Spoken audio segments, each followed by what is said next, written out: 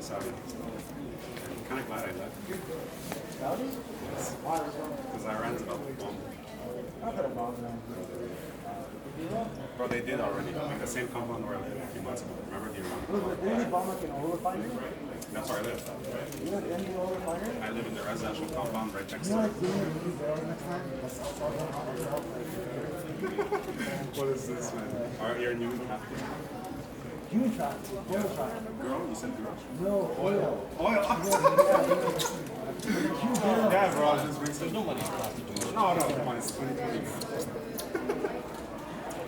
No, but it's sketchy. And it's not that. It's because it's the... I heard the compounds are like very nice. yeah, it's nice. So, how close to like... Sorry, how close to like a residential area is to like the place that we're playing? So, There's no like... guy in one. No. So, okay, like, there's, like, it would happen in Abcake, and the residential compound in Abcake is maybe, like, 2-3 kilometers away. But me, I'm in the Quran compound, which is, like, maybe 25 kilometers away. Yeah, but, like, the next step for them, like, hey, think about it. If they want to make a big hit, they hit the American compound where I live. That's both America and Saudi in one bomb. You know? So, yeah. But I think it was de-escalated. I mean, yeah, that's a good thing. And then the Ukraine flight, happens, Yeah, and they believe that there's it's one from UTM student. It's 6 UFT students. Yeah. 6 or 4. Yeah, 6. UFT and one was UTM. And Also, it's not true. 6, 7 Canadian. My Yeah. dad's friend, not his friend, no, sorry, he didn't die. His wife and his mom. You know what's strange? It's like taking history courses. You read all about the stuff, but you know how the conflicts happen because they're in the past. Right? But it's strange now, like arguably, in the last big not by two younger kids. I'm not even trolling though. I'm not even trolling. It actually was. Sponsored by Israel. I see living in Saudi has affected you. Huh? I see living in Saudi has affected you. I had that opinion before the league started. Wait, when did you move there? From 2013 to 2016. Huh? The school, the universities were pretty bad. Shit, Canada's the best place in the world. Yeah, probably you already went to the UK. Huh? I'm Canadian too, you know. So you wanted them self-hating. I was born in Montreal. Yeah. Are you half French? I know you're part of the Francais, but like, I don't know. I'm fully French. It's my first time. Okay.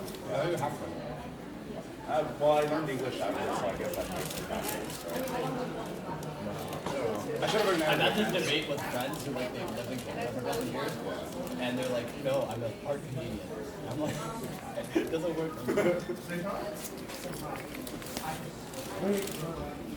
Bro, like, you know those people? Okay, listen, like, you know Yusuf Furhan, right? Yusuf Furhan? That's the guy with the black hair and the beard, right? No, it's student. That's what I'm saying, yeah. He does debates and stuff. Yeah. His opinion is like, he's very anti-globalization. Like, he says, like, because, like, he is. Yeah, I know. He's like, so his opinion, I don't really agree with it. He says, like, the US citizenship is bad because, like, Yeah, but not everything is about like war and so, like, he's an immigrant. And he thinks that he takes the oath very seriously. He's like, I swore an oath to this man. oh yeah. And I'm like, people,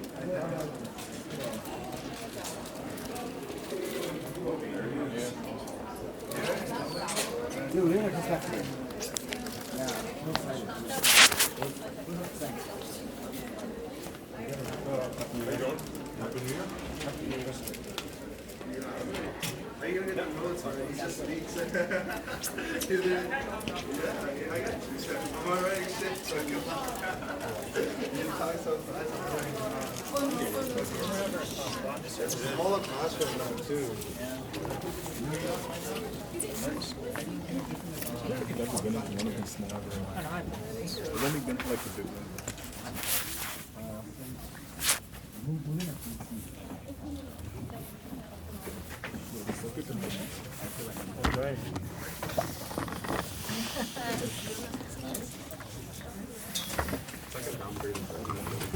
Wouldn't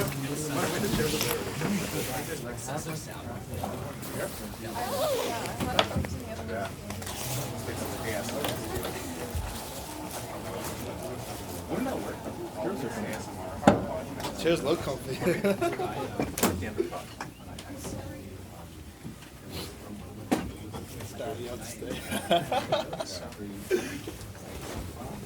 After a presentation on 5 articles.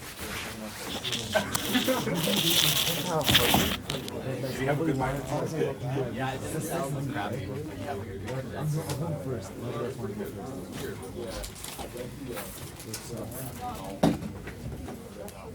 He said like you can do 3 of them, but like at least really with the other 2. So like I'm gonna read all 5 because like what if she asks me a question about? I'm ready to take that test. Right. Back. How do you go, bro? How'd you Christmas? I like your haircut, by the way.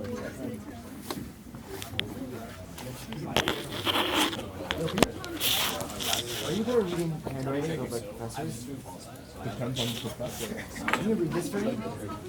Oh, I guess you want to see like your feedback or something? Yeah.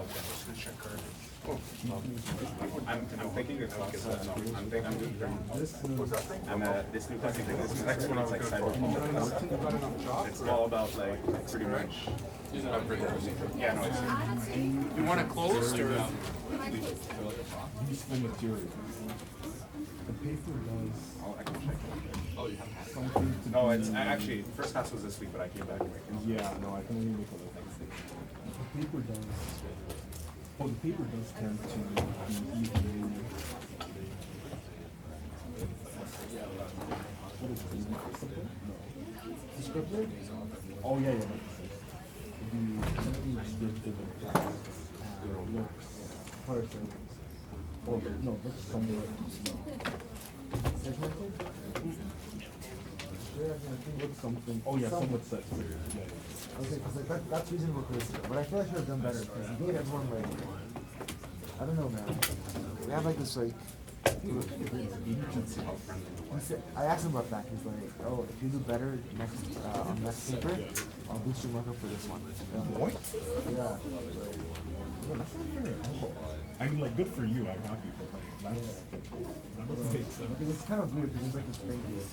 I don't know what to say. You want to move like inside? Okay. Yeah.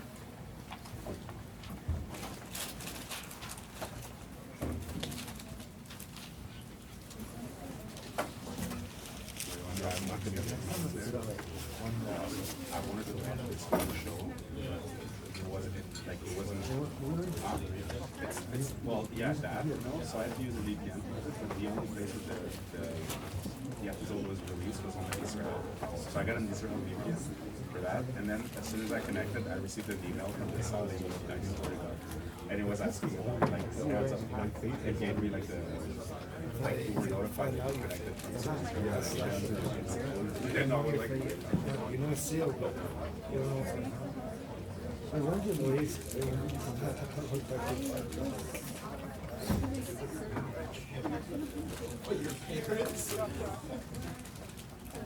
one paying attention to the news and your homework.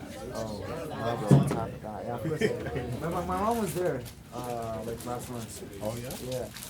She was staying at her friend's house, and her friend is married to an army officer. So she was there in the news for everybody else.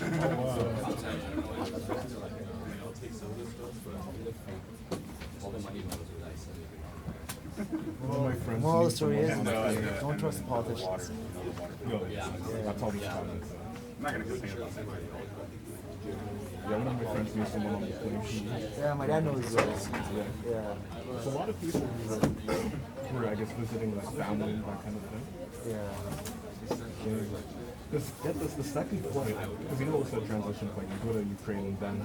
Yeah, because you can't, like, when my mom went, she went to Egypt first. Right. Yeah, because you For this plane, get this. The second flight from Kiev to Toronto only had like 5 or so people. Because everyone else was supposed to be like Iran, but that entire plane, it was literally just 5 people for the entire plane.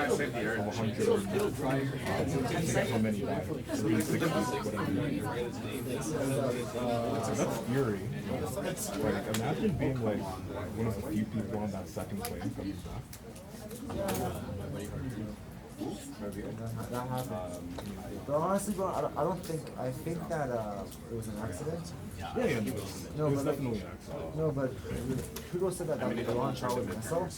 I think it was an engine failure because the model of the plane was B-27, and those things have been flying for a while. Also, it really doesn't make sense for. The U.S. said they have satellite images of the. Yeah, but remember, like. I'm not saying whether or not they're credible. I'm just saying this is what they claim to have. The thing is, the U.S. like would benefit from making Iran look bad. Yeah.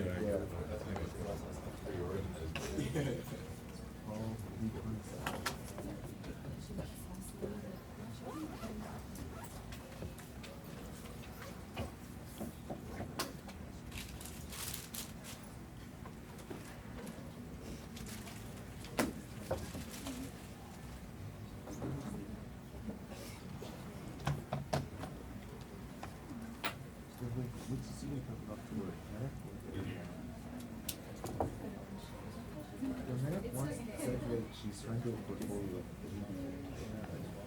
I hope she makes it. She's actually pretty good, I think.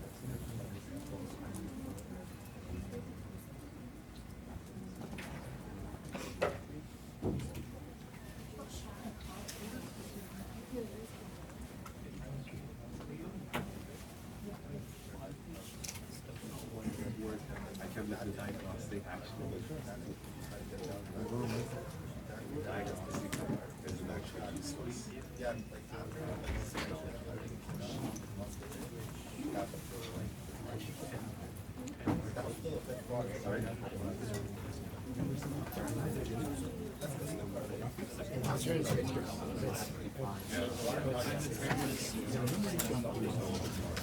Sorry?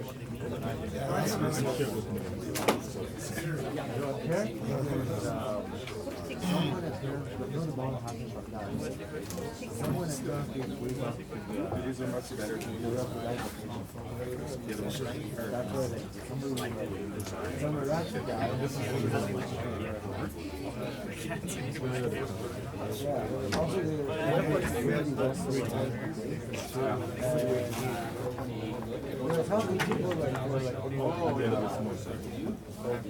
I guess I'm supposed to know. I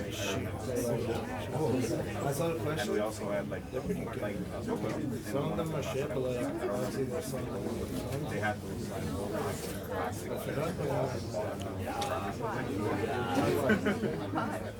Those were fun though. I remember I was always like, Pretty sure you posted the questions for I'm not in the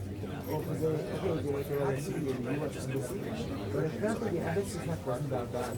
Because like we've been everything in Lebanon for a long time. And like nothing happened. Since the 80s, right? They grew up from Well, you have book, right? Yeah. But you know that the protesters went to the embassy. U.S. like Holocaust, that kind of thing. I feel like the United States right now is pretty divided. Because like, I feel so like someone really close to us. Oh, like a foreign language? Yeah. No, I learned French for like most of my life. I still hate it. But the protesters were going to have the embassy, right? They got in like on the same day. So I think the government probably left them alone. But I think that that's because of how the Bible actually is and how these Arabic was like fuck around. French was like more like okay. oh, okay, no. Oh, you weren't. I searched it was always with you. Or is that one of many? 2020, you used it. Talking about Turkey today? Oh, nice. I'm writing my paper on Turkey. Yeah, think about Turkey. Because we missed the class. Yeah. Like, what's this? Any cheaper scheme or this How this fundamentalist From now on, every aggravated it's gonna be like one it's gonna be like basic. you even change the seating position. I think we can't find it, but like the president of the show, you know? It's opening a base in Libya, and I think Algeria too. So that's gonna be because Libya is taking the fight with the general. He's trying to take the clip, but then the United Nations recognized government is like, no, like, what are you trying to do? And now Turkey just came into the mess, like, oh, we'll send troops. Hey, good afternoon, everyone. And welcome back, and Happy New Year. I hope you all had a restful holiday. Yeah, welcome to this more cozy little corner of the campus. I hope you don't feel too cramped. The chairs look a little more comfortable, and they actually recline too, so not that I'm trying to get you to fall asleep or anything like that. But before I get into any new material, I'd just like to say a couple of very quick things to begin with. First of all, I'll be getting your midterms back to you at the end of the class. I won't say too much about them. The average was roughly where I would have expected it, about 70. It's more or less what I was expecting. It's hard to generalize about them. There were some very good papers. There were some that were slightly less impressive, and hopefully you're not among those. But in any event, when you do get the papers back, and the reason I talk about it now, there's a couple of things that I think are very important. First of all, make sure that you look over the paper very carefully. Obviously, all of you are going to be looking at your grades, and if the grade is an 85 or better, or in any event is something that you're happy with, you probably don't need to go much further than that. But in particular, if the grade is something that you're not entirely happy with, or that you're somewhat surprised by, then it is very important that you understand why. And consequently, do make sure that you look through the various comments and indications on the paper, so that before you put it away, you know where you went wrong. And the reason that I emphasize that is that, as most of you are probably well aware, the final exam in this course is going to have a very similar format as the midterm. So insofar as that you got the wrong end of the stick on a quite particular question or something along those lines, it's very important that you try to figure out where you went wrong, so you don't make a similar mistake on the final exam. If you are somewhat disappointed by your grade, that's not necessarily all that important, by virtue of the fact that the midterm is only worth 25% of your grade, and therefore there's plenty of scope for you to improve your grade and end up with something that you're happy with by the end of the term. But that does mean that you have to be aware of where you may have gone wrong to make sure that you avoid those kinds of problems on the final exam. If you've looked over your paper, and after looking over your paper, you are not sure why you got the grade that you got, then the next step that you should take is to make sure that you get an explanation of why you got the grade that you got. And the place to start that is to go and see our TA. He is on campus every Wednesday afternoon, so you can make an appointment with him, and he'll be happy to meet with you and offer you a more detailed explanation of how he concluded upon your grade. And hopefully, by the end of that discussion, you will have a clear understanding of why you got the grade that you got, and you can put it to rest at that. If after having spoken to our TA, you still feel that either you don't understand why you got the grade that you got, or you don't agree with it, then, as you can probably imagine, the buck in this course stops with me. In other words, after having spoken to the TA, you're more than welcome to resubmit your paper with a brief explanation as to why you don't think that the grade reflects the quality of the paper, and I will take a look at it and regrade it and either offer you more comments to explain why you got the grade that you got, or if I deem it appropriate, to change that grade. That's about all I'm going to say about the midterm at this point. Before I get into anything else, let me see if there's any quick questions or comments about anything that we've covered thus far in the class, or anything else related to the class. If not, then I'm going to take a very brief departure from our scheduled lectures just to address what constitutes kind of the elephant in the room in a course on comparative foreign policy, and having just finished our discussion of American foreign policy. It is almost impossible to avoid wondering how we can make sense out of the latest developments in American foreign policy. And consequently, I think it's worth briefly discussing those things to add some clarity, if indeed clarity can be achieved, which is a tall order in the current context. In that regard, let me just say a few words about the relationship between Iran and the United States to put the current developments into some context. A good starting point in that regard is the end of the Second World War. Prior to the, I'm sure you're not, you weren't hoping to go all the way back to the Second World War to get clarity on what happened over the last weekend, but it is nonetheless a good starting point, and I will try to make my comments as brief as possible. Prior to the Second World War, Iran was essentially a British colonial possession. Britain controlled Iran through a monarchy established by the British, and used it as it did all of its colonies, in essence to enrich itself. Iran was in that regard, of course, enormously lucrative for the British, in large part because of its enormous oil deposits, as most of you are probably aware. And those oil deposits were developed in cooperation between Iran and the United States and Great Britain by the Anglo-Iranian Oil Company. And the Anglo-Iranian Oil Company, like most of the enterprises established by colonial countries, was designed in such a way as to channel most of the profits of the oil industry to Great Britain and to provide only a very minimal benefit to Iran. World War II shook that order rather substantially, and in essence, through complicated developments, resulted in the elimination of the monarchy and the establishment of the first democracy in Iran, that elected as its first president a fellow by the name of Mossadegh. Mossadegh was a secular nationalist in the mold of Abdel Nasser and Nehru in India, Sukarno in Indonesia. He was one of the founding members of the non-aligned movement, and essentially modeled himself on figures like Franklin Delano Roosevelt, and wanted to essentially modernize and industrialize Iran. But in order to achieve that, he needed a greater amount of the share of the oil revenues coming out of the oil industry, and consequently went to the British, went to the Anglo-Iranian Oil Company, and proposed a formula that had been developed a few years earlier in Venezuela, whereby in Venezuela renegotiated its relationship with international oil companies on the formula of 50-50. That 50% of the oil revenues would go to Venezuela, and the other 50% would go to the oil companies that were developing Venezuela's oil. The Anglo-Iranian Oil Company simply rejected that, as did the British government, and refused to negotiate with Mossadegh. And Mossadegh therefore said, well, if you're not willing to talk, then we'll simply nationalize the oil industry, and consequently took it over.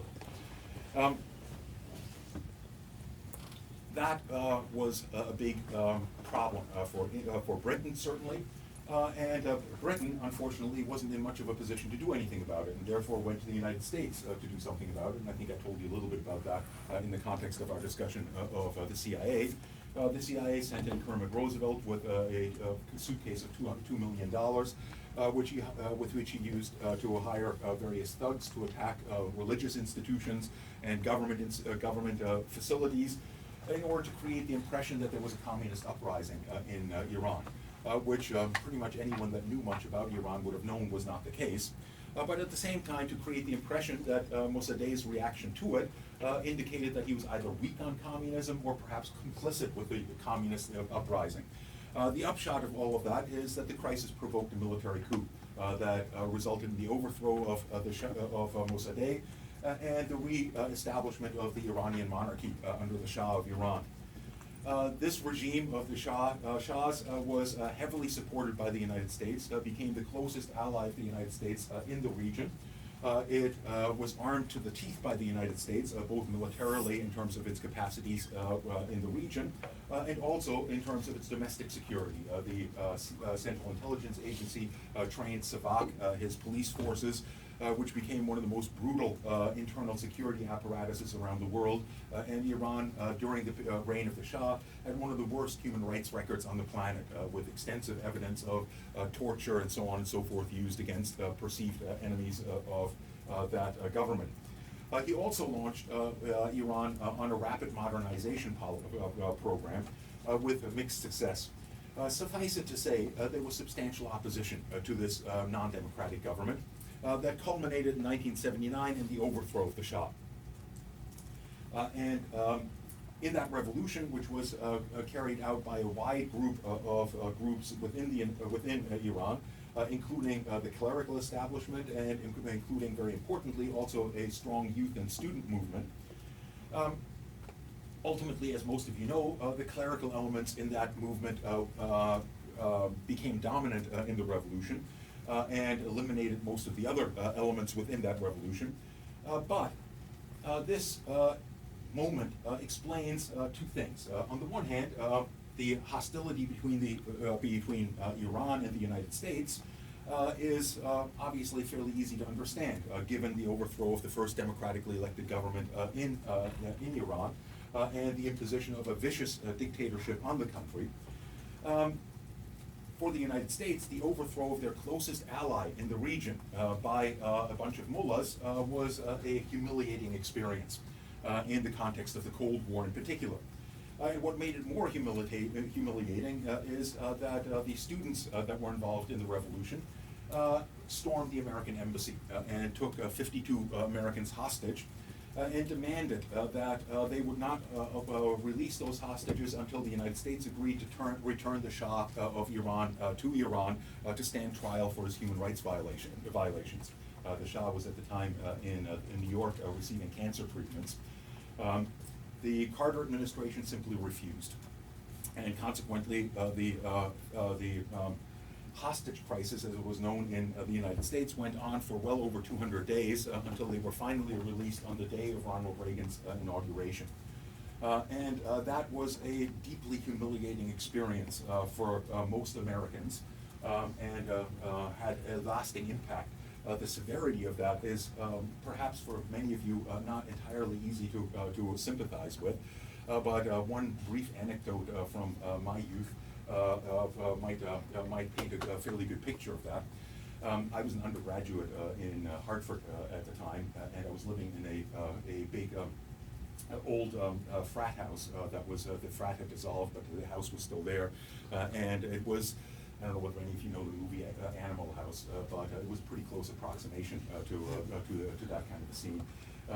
Suffice it to say that one evening I was sitting around with my roommates, and we were watching the news, and Walter Cronkite came on and said, "This day 157 of America held hostage."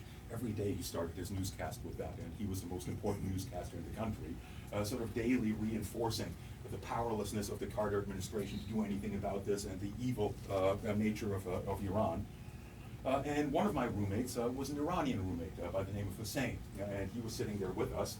He was an exchange student, and my other roommate suggested, "Hey, maybe we should take Hussein hostage and demand the release of the hostages until."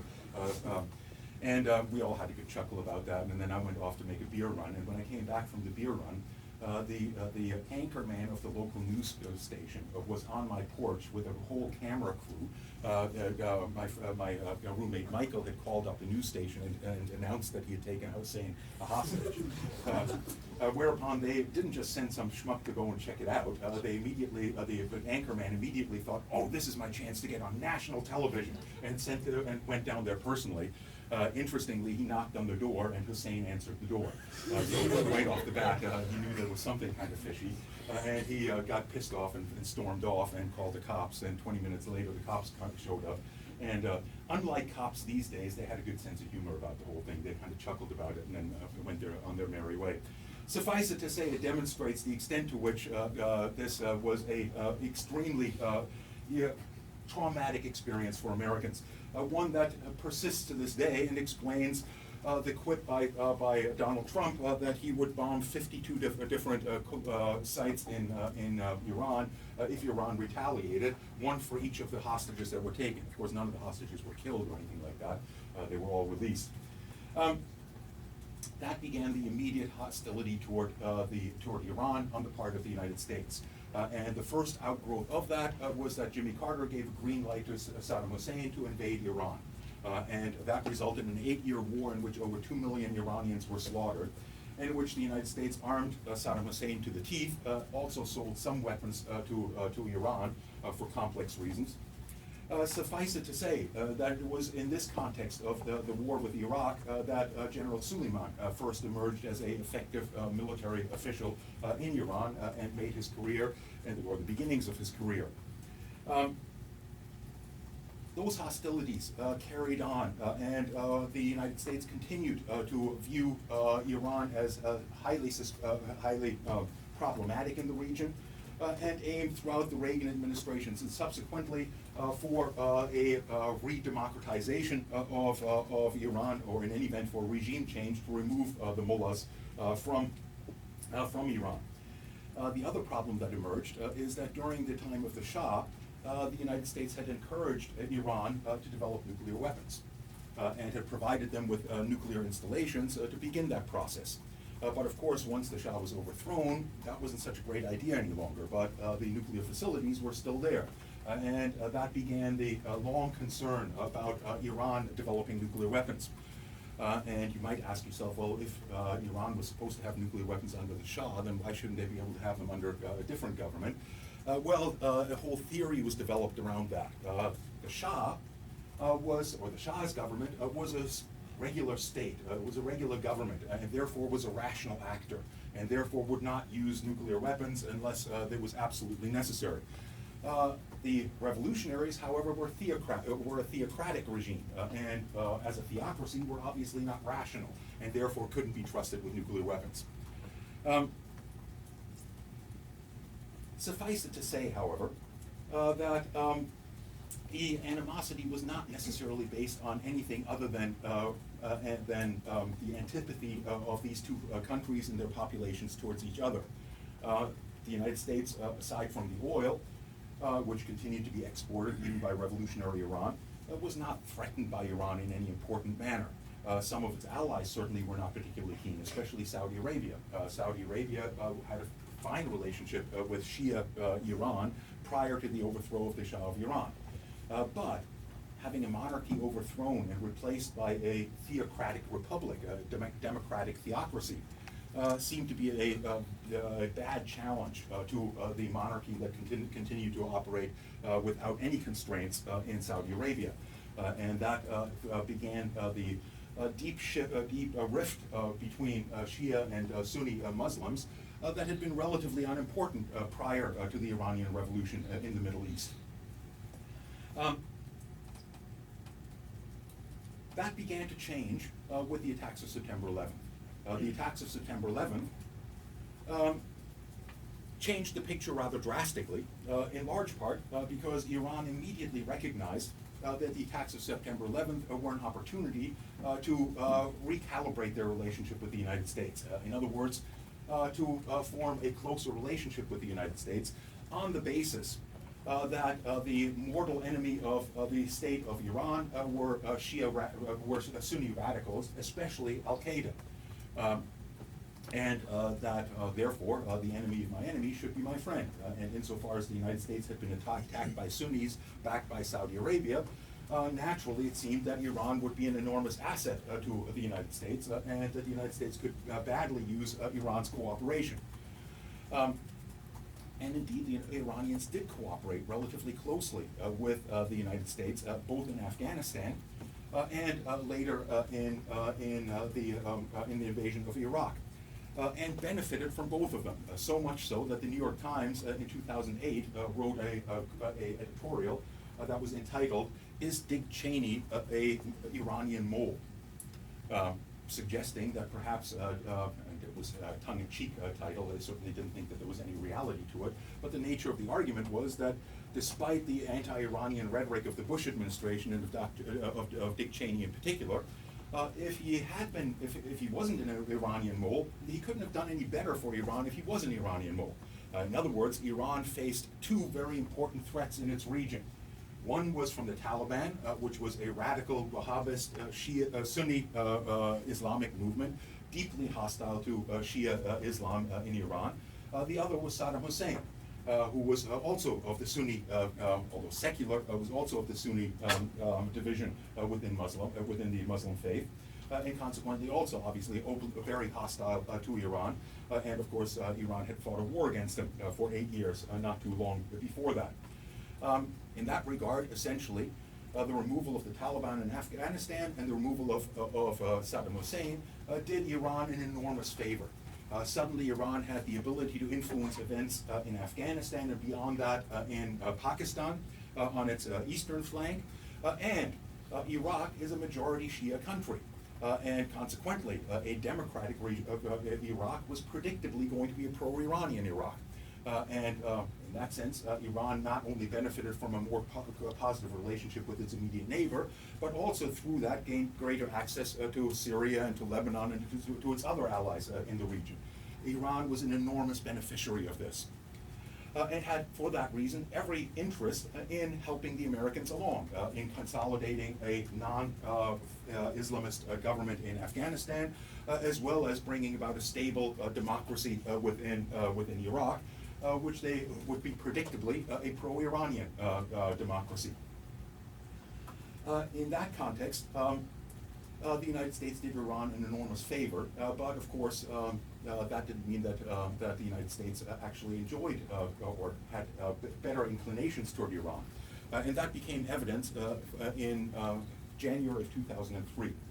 Anyone know what happened in January 2003? George Bush made a speech to the United Nations. And in the speech to the United Nations, he said that the world was threatened by an axis of evil. And that axis of evil consisted of Iraq, North Korea, and Iran. And declared that it was the purpose of the United States to produce regime change in all three of those countries. In other words, he openly declared basically a war on Iran in that context.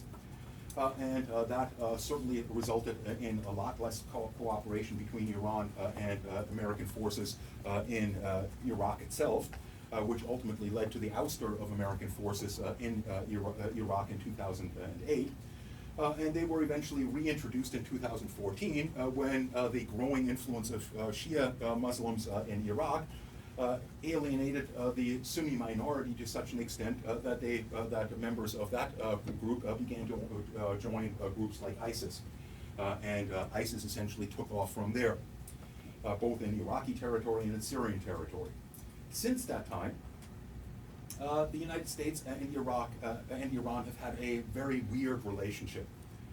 First of all, the United States continuously has sanctioned Iran because of its concern about Iran developing nuclear weapons. But since 2006, the consensus of all intelligence agencies in the United States is that the Iranian government gave up its nuclear program in 2003 and has never resumed it since. Nonetheless, both the Bush administration and the Obama administration continue to sanction the Iranians on the claim that they were trying to develop nuclear weapons. And finally, Obama kind of came to his senses and decided to negotiate the the JCPOA agreement that came into effect in 2015, in which Iran promised not to develop nuclear weapons that they weren't developing anyway, in return for the easing of those sanctions. By all indications, Iran was in strict compliance with that agreement until Donald Trump abrogated American participation within it in 2017 and reimposed unilateral sanctions on Iran. At the same time, however, Iran continued to cooperate fairly closely with the United States, especially in the territory of Iraq. Patrick Coburn described that relationship nicely from descriptions that he heard from various Iraqi officials that complained that the Iranians and the Americans are shaking fists at each other across the negotiating tables in Iran, but underneath the table they're shaking hands. in large part by virtue of the fact that they shared the same interests in Iraq with each other. And since 2008, since the rise of ISIS, that interest was in suppressing ISIS. And consequently, the United States fully cooperated with the development of paramilitary capacities in Iraq to eliminate the influence of ISIS in western Iraq. That was led by General Suleiman. Those paramilitary groups on many occasions got American air support when they attacked targets that were occupied by the Islamic State. In that regard, while there was no official acknowledgement of that cooperation, there was extensive cooperation, including providing air support for these groups. All of that makes the recent turn of American policy rather puzzling, and the decision to take out General Suleiman rather puzzling, for a whole slew of different reasons. First of all, as you can probably anticipate, we can look at the legality of the move by the United States from two different angles, both of which are problematic. One, was it legal under American law for Mr. Trump to issue the order to assassinate Mr. Suleiman? That's a little bit dubious, as we've discussed in terms of the War Powers Resolution and the U.S. Constitution. It is only Congress that is authorized to declare war, and the assassination of an official like General Suleiman is unambiguously an act of war, especially if it's done on the sovereign territory of a country like Iraq without the permission of that country. Indeed, Nancy Pelosi and many of the Democrats in the House of Representatives in particular were up in arms about that this was another impeachable offense, another violation. Not only did Donald Trump not get permission from Congress to do so, he didn't even inform congressional leaders that this decision was imminent or that it had been taken. In that regard, it's certainly problematic. And it's interesting, therefore, to see some of the comments that have been made, on the one hand, by Trump and Pence, by Trump and Pompeo, that essentially argued that it was made on the basis of an imminent threat of an attack that General Suleiman was about to organize, and for which General Suleiman had to be eliminated to prevent that attack from taking place. In the War Powers Resolution, if you remember back, the War Powers Resolution was intended to curtail the ability of the president to unilaterally use military force. But it left open a window, a window that in the context of the Cold War made a great deal of sense. How could the president possibly go to Congress and ask for permission to attack another country if the United States was under a missile attack from the Soviet Union? That could happen in the middle of the night, and the president would have 10 or 15 minutes to decide whether to fire back or not, and certainly would have not have time to go into Congress and ask for permission or to inform them. In that sense, it was always implicit in the War Powers Resolution that if there was an imminent attack, the president can do whatever is necessary without any cooperation from Congress. Of course, he has to inform Congress immediately thereafter, and so on and so forth. Was there evidence of such an imminent attack? Well, even the Pentagon officials say that that evidence was razor thin, according to them. And I would suggest that it was probably non-existent for the reasons that I discussed beforehand.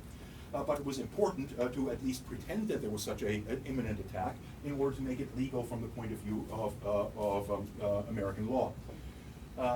Mike Pence the other day suggested that the reason for taking out Suleiman is because he was a terrorist, and he offered as evidence of this that Iran had, or that he was instrumental in allowing for the transportation of 10 of the hijackers of 9/11 through Iranian territory into Afghanistan, which is absolute bullshit.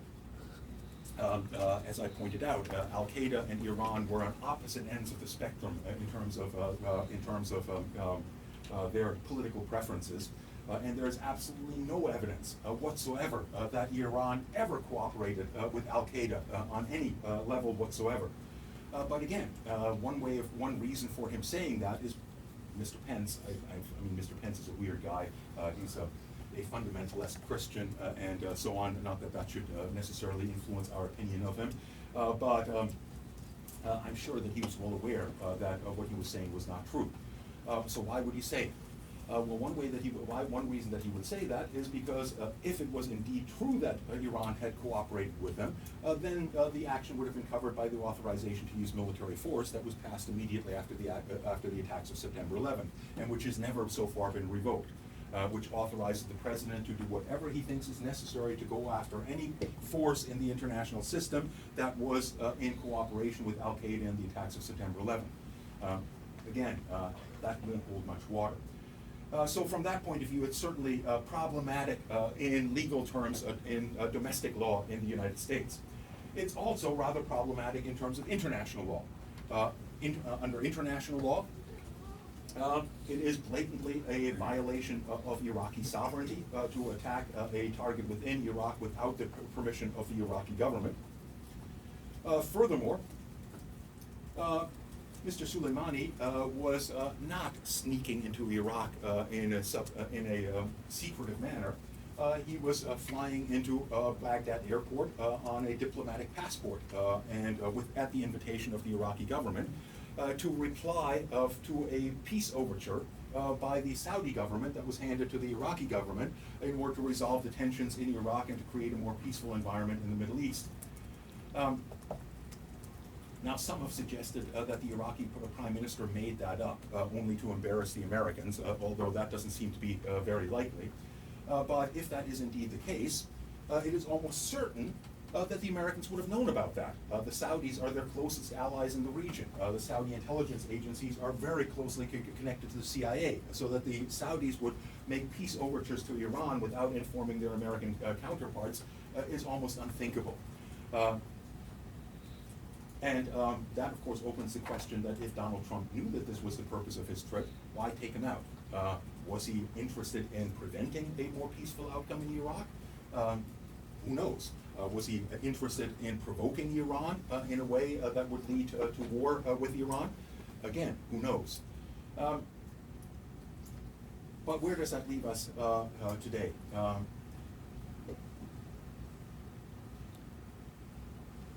The immediate crisis appears to have been resolved insofar as Donald Trump, after the assassination, threatened severe blowback or severe attacks if Iran retaliated. And Iran did indeed retaliate, but retaliated in a manner that was clearly intended not to provoke an American response. In other words, with millions of people mourning General Soleimani, who was not simply a military official, he was also a very popular politician, an enormously influential figure in Iranian life overall. It would have been almost impossible for the government of Iran not to respond to his assassination in one form or another. Consequently, their response was calibrated to cause as little damage as possible. They attacked a couple of bases in Iraq, as most of you know, but gave the Iraqi government 6 hours notice before the attack that they would attack precisely those targets. And the Iraqi government, of course, would have informed the Americans that those targets would be attacked, and consequently there were no people there to be killed. And this is precisely what the Iranians appear to have wanted. Something that allows them to go to their population and say, we have slapped the Americans in the face, as indeed Ali Khamenei did, but without slapping him so hard that the Americans would have to slap back. So maybe that will resolve things. But I suspect it won't. And one reason for that is, of course, that we don't really know the motivations of Donald Trump. If the purpose of assassinating Soleimani was to provoke a larger conflict with Iran, then this may not be the end of things. But it's more problematic than that. As I pointed out, General Soleimani, and as you've probably heard in the media, General Soleimani was not a normal officer within the Iranian military. He was responsible for the Al-Quds Force, which was their equivalent of the Central Intelligence Agency, their equivalent of the Joint Special Operations units in the American military. In other words, his focus was on developing and training forces in other regions adjacent to Iraq, to Iran, to advance Iran's interests. As such, he trained all of those paramilitary troops in Iraq. He had very close ties to Hezbollah in Lebanon. He had very close ties to the anti-Islamist movements in Syria. But none of those movements are directly controlled by Iran. They were controlled by General Soleimani, and they were loyal to General Soleimani. And that means that while it is, well, I would predict that Iran is going to do everything possible to avoid a wider conflict with the United States. That can't be said about those groups that were loyal to Soleimani and that may look at the response from Iran and say this is entirely inadequate and take action on their own. Mr. Trump has already made evident that he would consider any move by a pro-Iranian military or establishment on American interests as the fault of Iran. And in that sense, it is very possible that there will be future actions taken by groups in the Middle East against Iran, American interests that will be blamed on Iran. The other thing that is a further complication in all of this is that the American presence in Iraq, which cooperated with Soleimani in order to fight against the Islamic State, is now entirely unviable.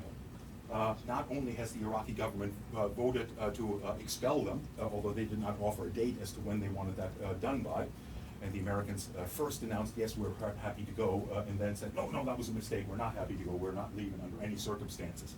And Donald Trump, in fact, said, well, if you're going to expel us, we're going to impose more sanctions on you, and we'll insist that you pay for all of the military bases that we built in Iraq that you're throwing us out of. Again, that's a tall order that's never going to actually happen.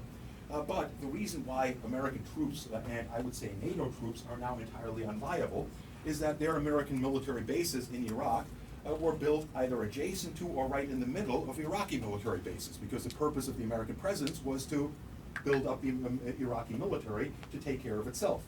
But by attacking General Soleiman, essentially the Trump administration declared war on the Iraqi military, in which all of those forces that were trained by General Soleiman are integrated into the Iraqi national military. And that means that they're suddenly sitting on bases with people that they considered their allies and that they were training, that suddenly have been declared their enemies, and they're surrounded by them. That's a formula for disaster, and consequently, Germany and France are busy trying to get their troops out. Canada is also attempting to get some of their troops out, and we'll see what happens with the Americans. But you can see that this has turned into a powder keg that could very quickly ignite in all sorts of ways, and that certainly has made the situation much worse. Now, that begs the question, why did this happen? Why did Donald Trump make this decision? And we can only speculate. Donald Trump is not somebody that is predictable, obviously, and easy to read in this regard. One explanation that's been offered is that this is yet another example of the dynamic often described as wagging the dog. Have you heard about wagging the dog?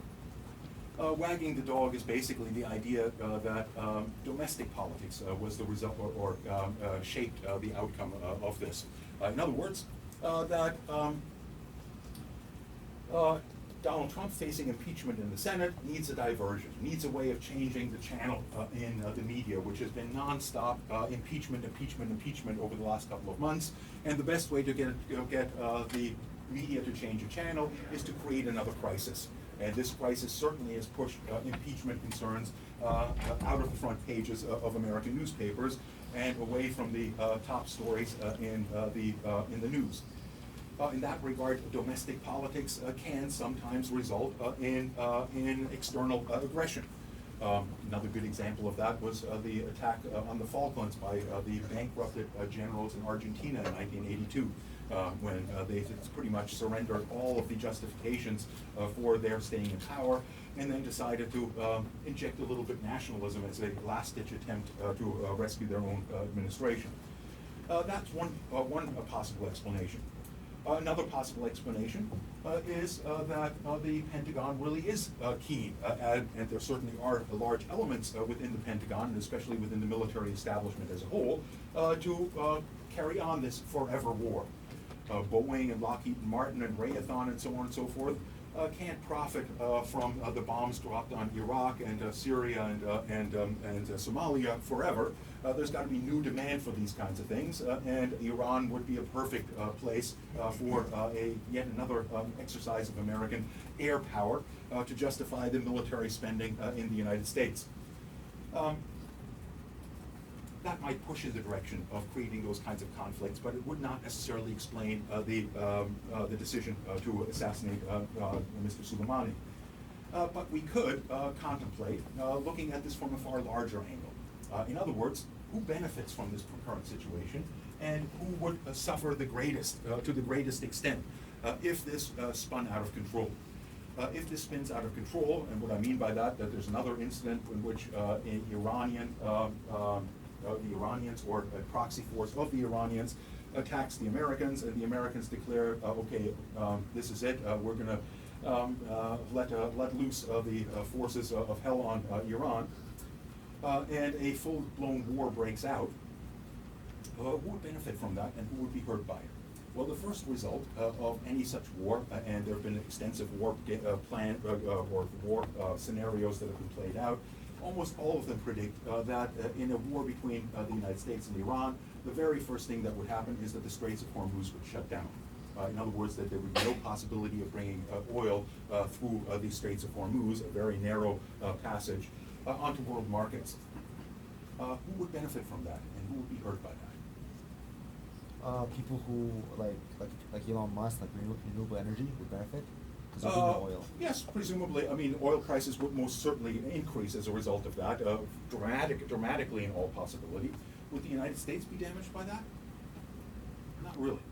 Why? Shale oil, America The gets United States doesn't import any oil from the Middle East anymore, very small amounts. Of course, American citizens would be influenced by the higher price of oil, which would hurt American citizens. But as you pointed out, the producers of shale oil need higher prices of oil because they're being the only way that tar sands oil is exploitable at this point is insofar as it's heavily subsidized by governments. The break-even point for shale oil in the United States is somewhere around $70 to $80 a barrel, and in the tar sands it's some slightly higher than that because of the huge processing costs. In that sense, the domestic oil industry in the United States would be a beneficiary of that, would not be damaged by it. American citizens is another matter. Same goes with Canada. Who would be hurt by it?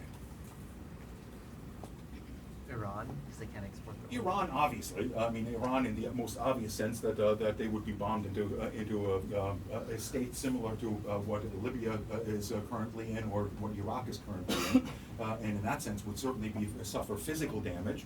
And one of the first things to be attacked would be their oil industry, so their oil industry would certainly suffer severe damage.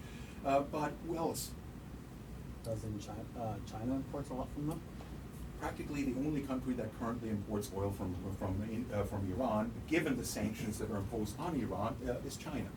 And China gets more than 2/3 of its oil from Iran. And in that sense, if we look at it from a larger standpoint, and we have to remember that there were two things that Donald Trump unambiguously promised in his election campaign, not that he's good to his word, but one of them was greater hostility toward Iran, and he certainly made good on that. And the other was to confront China. And in that regard, I think that these goals kind of could coincide with one another. The reason that I mention that is not because I'm totally convinced that this is the case, or that there's any rationality behind Donald Trump's actions, but rather because you can be absolutely certain, and we'll discuss that in more detail as we move into that topic, that the people in Beijing that are responsible for China's foreign policy and security policy are scratching their head and going, what the heck are the Americans up to here? And they're no doubt looking at it precisely from that angle.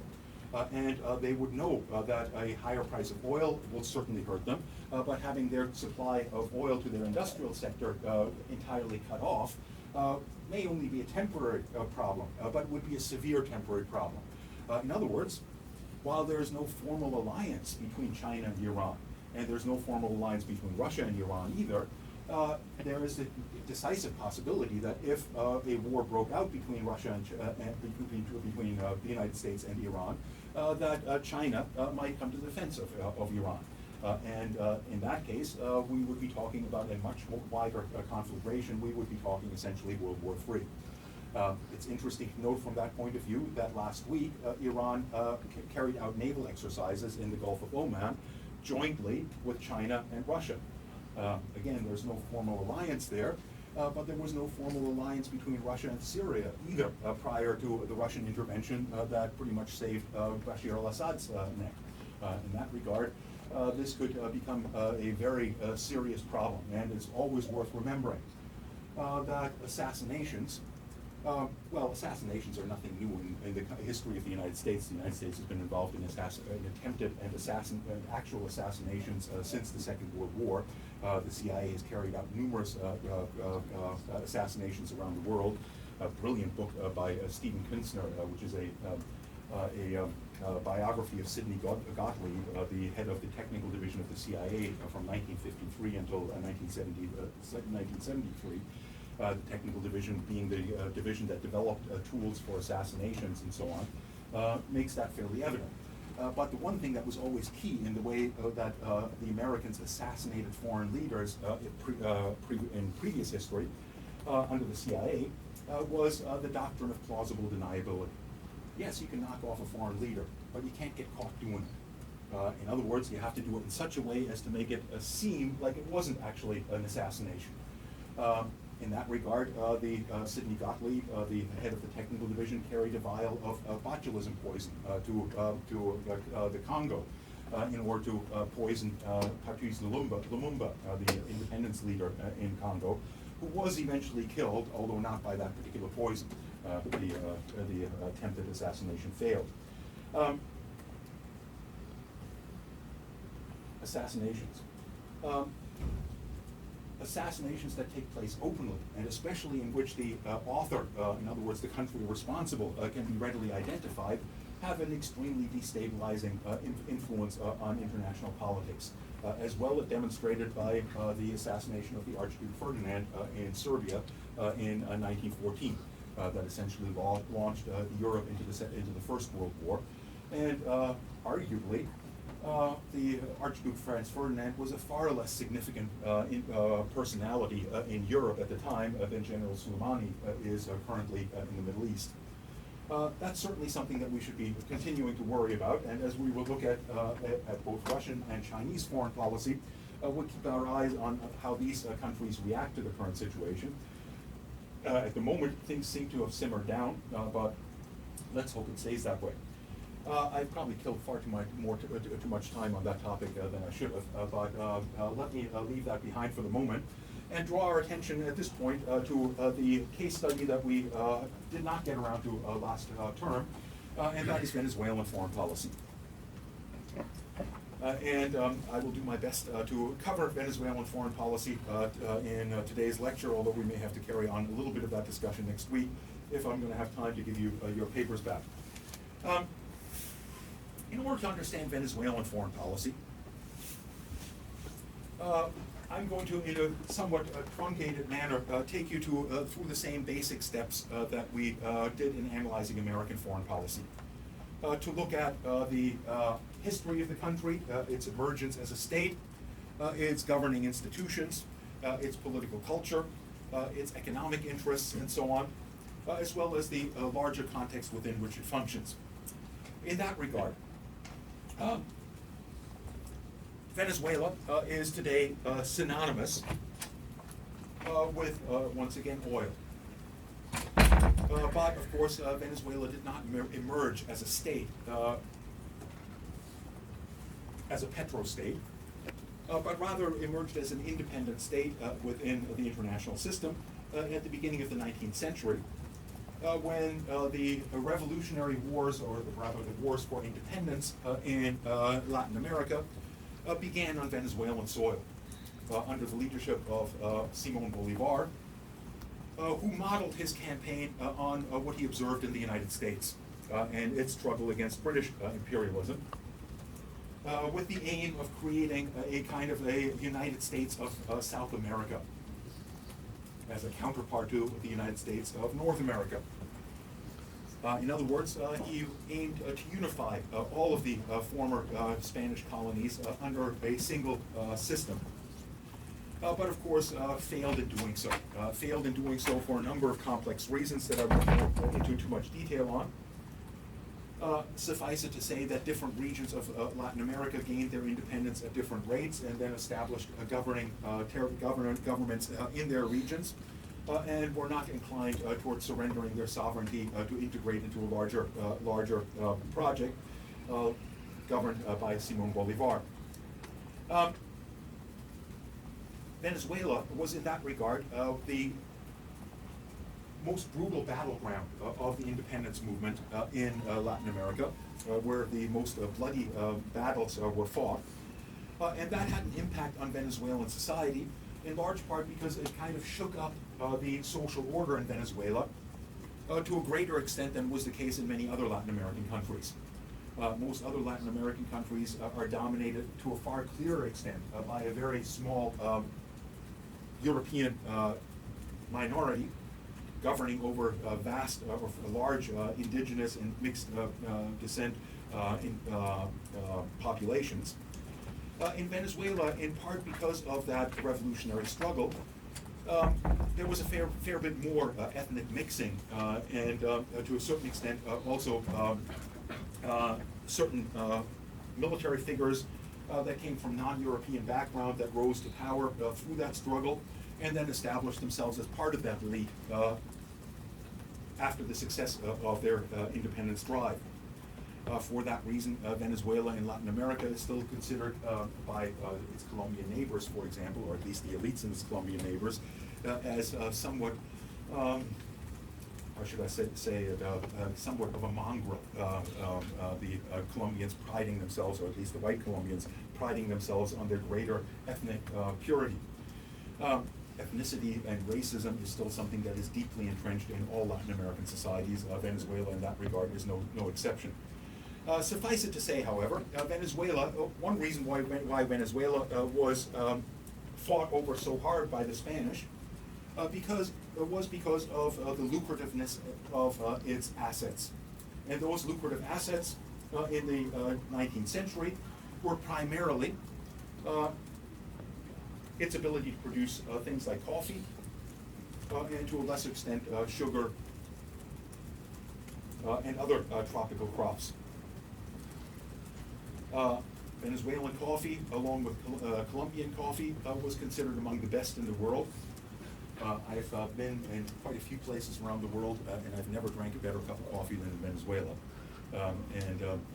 Part of the reason for that is that Venezuela doesn't export coffee anymore. The reason for that is because Venezuela's coffee is no longer competitive on world markets.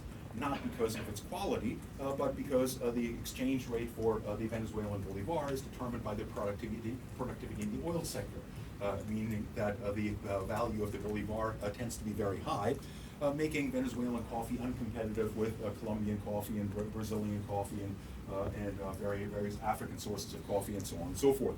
And that means that all the best coffee grown in Venezuela stays in Venezuela. It might be worth a trip sometime. Anyway.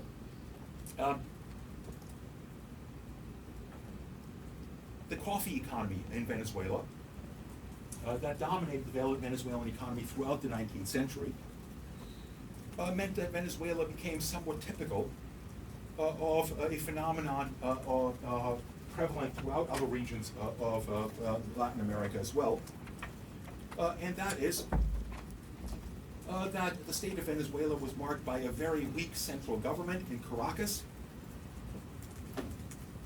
that played relatively little of a role in actually governing the territory, but primarily taxed the estates, the plantations of the elites, and for that reason was to a considerable extent resented by those elites. These plantations that existed in Venezuela and that existed throughout Latin America, usually controlled by European elites, were enormous in size, some as big as small European countries like Belgium. and generally had their own police forces to enforce labor discipline, generally operated their own ports to access foreign markets and so on and so forth. And in that sense, the central government was of little or no relevance.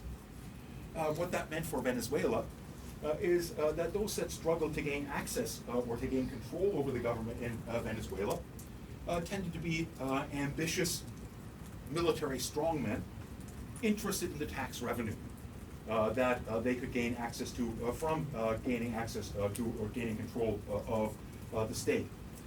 And what that meant is that throughout the 19th century there was a long succession of one military strongman being overthrown by another and so on and so forth, with the average government in Venezuela throughout the 19th century only governing for about a year and a half.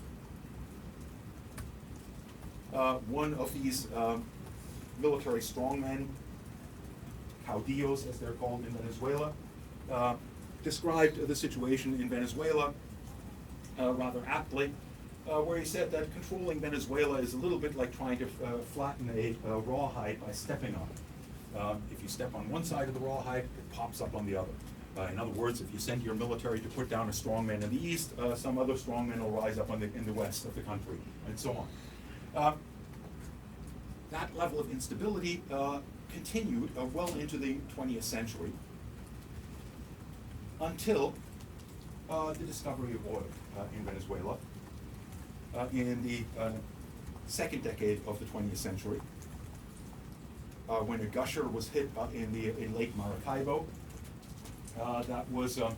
That demonstrated that Venezuela had unbelievable reserves of oil under the ground. When a gusher is a description of when you drill in the ground, and essentially once you hit that oil field, it explodes out and shoots several hundred feet into the air because of the enormous pressure that the oil is under. There's not too many gushers that are left on the planet, in large part because most of these primary oil fields have already been long exhausted, and that's the case in Venezuela at this point as well. Suffice it to say, however, that with the hit of this gusher, the oil companies around the world flocked to Venezuela in order to develop that oil. And in order to do so, they had to purchase access to a Venezuelan territory. They had to purchase machinery and things along those lines, build roads into the relevant areas, all of which cost money, all of which required that they purchase bolivars, and all of which pushed the bolivar upward. Furthermore, the sale of oil and the enormous competitiveness of Venezuelan oil meant that the bolivar became one of the strongest currencies in Latin America. And that Venezuela, in that sense, is a typical example of what is referred by economists as the Dutch disease, for somewhat bizarre reasons, because the Dutch have never suffered anything near to what the Venezuelans have suffered in that regard. The Dutch disease refers to export-oriented countries in which their exchange rates are dominated by the single export product, making it impossible for businesses domestically that are not in that sector to survive. Partly because all other export sectors are priced out of international markets by the high exchange rate. But they can't produce for the local market either because they can't compete in the local market given how cheap imports are with a high exchange rate.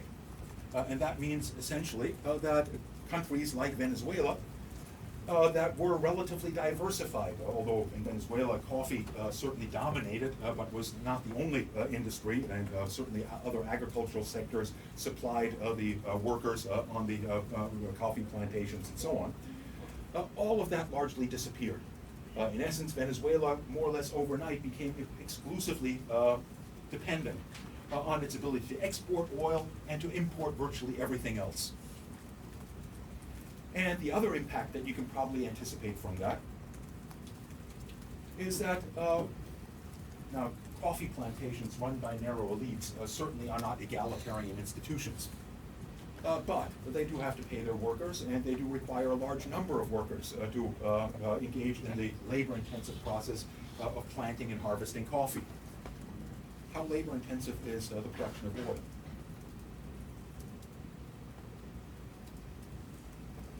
Not very. Not very.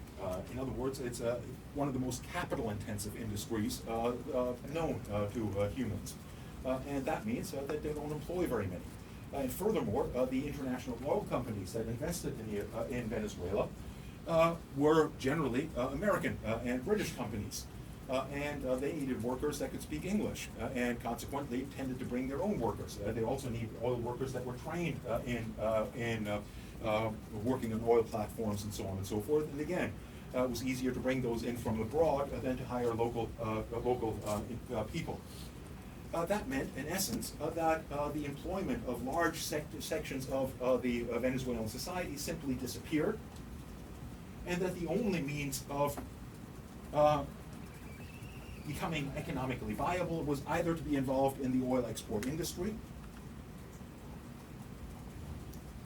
or to be involved in the import business, which again is not something that is going to employ an awful lot of people, or to be an employee of the state and benefit from the tax revenues that are generated by the oil industry. The upshot of that is that by the 1930s and 40s, Venezuela was one of the most inegalitarian countries on the planet, with a very narrow elite with access to the state, being enormously wealthy, and those that could benefit from their participation in the import economy being fabulously wealthy, but the vast majority of Venezuelans being essentially what is often referred to as a tertiary sector, an informal sector, underemployed, unemployed, living marginal existences. Have any of you ever visited Venezuela? If you visit Venezuela today, it's somewhat different. But when I visited it in 1988 and spent a good year there doing my doctoral research, it was pretty startling. If you entered Caracas, you entered first on a very modern, in a very modern airport, and on a very modern highway drove up the mountains into Caracas, which is about 10 miles from the coast, but about 1,000 meters above sea level. And the downtown core of Caracas is highly modern, is very well developed. But Caracas is in a sort of very narrow bowl, surrounded on all sides by very steep mountains. And those mountains are covered by essentially shanty towns, essentially giving the impression that there's a tiny, very wealthy population living in the city, more or less like you or I do in North America, in many cases much more in much more affluent style than we do in North America, surrounded by this enormous mass of humanity that had no running water, had very little electricity, or could access electricity only by illegal means, by hooking onto illegal wirings and so on and so forth, no sewage treatment and so on and so forth. It's in that context that, of course, enormous social pressures to rectify the situation began to arise. And they had their first major impact in the 1940s, when in 1945 a coalition of different parties, consisting of three parties in particular that would continue to be enormously important in Venezuela, the first being Acción Democrática, usually abbreviated as AD. The other being a Christian democratic, a more conservative movement called COPE. And finally, the Venezuelan Communist Party. In this grouping, the Acción Democrática party was dominant under the leadership of Romulo Betancourt. And they were successful in ousting the dictator that controlled Venezuela in 1945, and for the first time instituting a democratic system of government. It's that democratic system of government that renegotiated the relationship between between Venezuela and the oil companies in accordance to that 50-50 formula that I described with respect to Iran before. By the way, after Mossadegh was overthrown and the Shah was instituted, guess what formula was applied to the Iranian or to the Anglo-Iranian oil company in Iran? 100-0? No, 50-50. In other words, had the British accepted the 50-50 formula to begin with, they would never would have had to overthrow the Shah Mossadegh at all. The Shah also insisted on 50-50, and that became the formula for countries more or less around the world. So all of that 30 years or more of dictatorship in Iran could have easily been avoided simply by being a bit more flexible. And by the way, the Anglo-Iranian Oil Company is still in existence. Anyone know what it's called today? BP, British Petroleum, or it's tried to change its name to Beyond Petroleum to be in keeping with climate change and so on. But yes, for the most part, it's still British Petroleum. The triennial government, as it's now referred to in Venezuelan society, that was elected in 1945 and brought Romulo Betancourt, an important figure in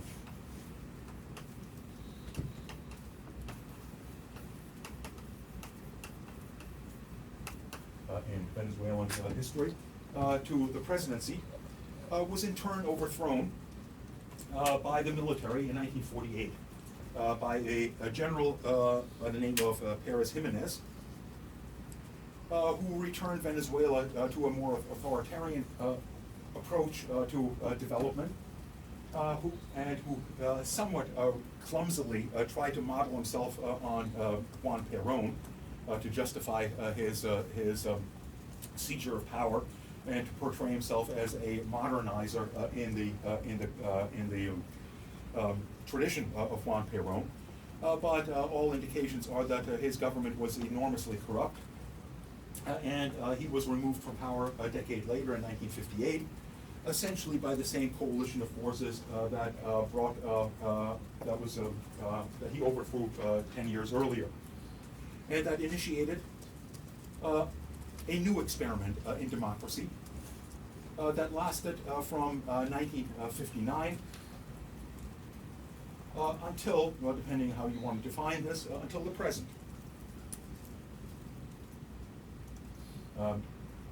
We'll obviously have to qualify that statement to a certain extent.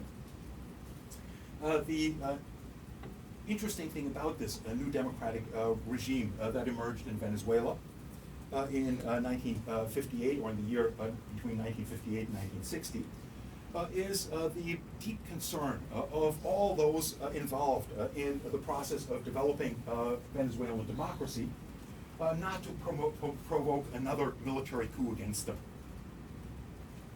And consequently, the various parties involved, and by this point a third party had joined, the URD, which was a more liberal grouping within Venezuelan society, decided that they need to form a popular front to eliminate the possibility of a return of military government. And in order to do so, needed to negotiate a pact to prevent giving the military any reason, the military or the traditional elites, any reason to encourage the military to overthrow the government. What grew out of this was the Pact of Punto Fijo.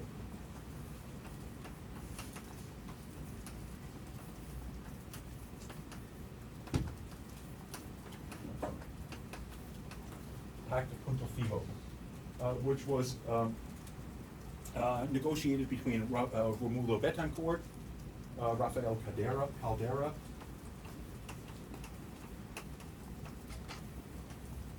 of the COPE party. Both of them ended up being presidents of Venezuela later on, and the URD party. Interestingly, the one that was excluded from those pacts was the Communist Party of Venezuela, despite the fact that they were probably the dominant force in the resistance to the military government of Pérez Jiménez. In essence, to make a long story short about the Pacto Punto Fijo, the purpose of the Pact of Punto Fijo was to allow for electoral competition to decide on who gets access to state funds. And the parties in that regard had every interest in gaining access to the funds made available by controlling the state, and every reason, therefore, to do whatever was necessary to prevent a return to military rule. And one way of preventing a military rule, or a return to military rule, is to guarantee that nothing was ever done by those elected governments that would threaten the interests either of the old elites that were in close alignment with the military, or to threaten the military institutions themselves. In other words, all parties agreed to a minimum program of government which excluded major reforms, which excluded reducing military spending and things along those lines, or any attempt to democratize the military institutions, and essentially blocked any form of drastic land reform without substantial compensation for those whose lands was redistributed to peasants. Meaning that this democratic system essentially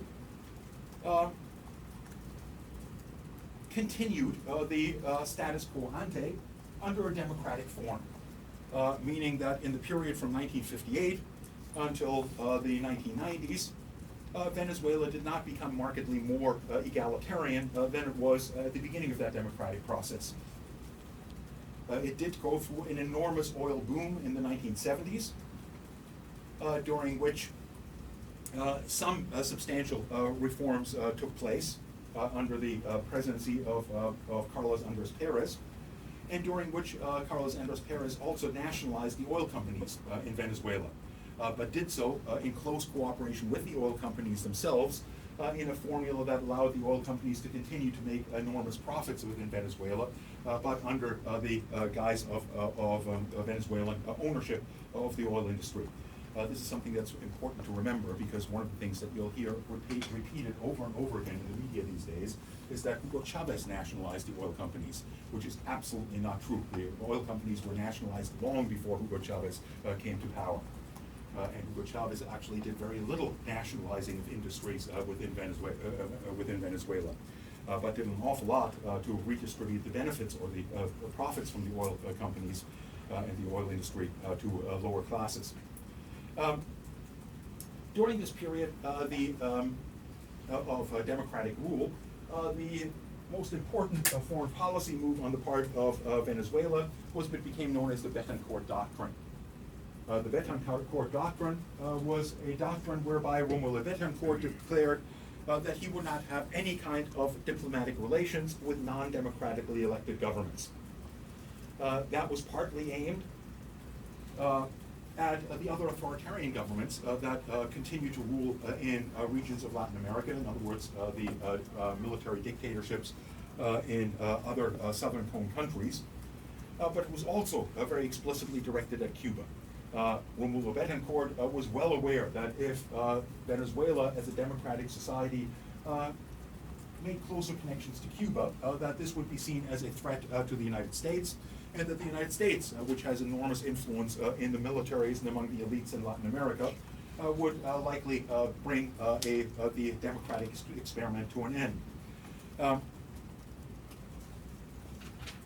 Venezuela, in that context, became a model of democratic stability in Latin America that was advocated by the United States as a counterexample to the Cuban experiment.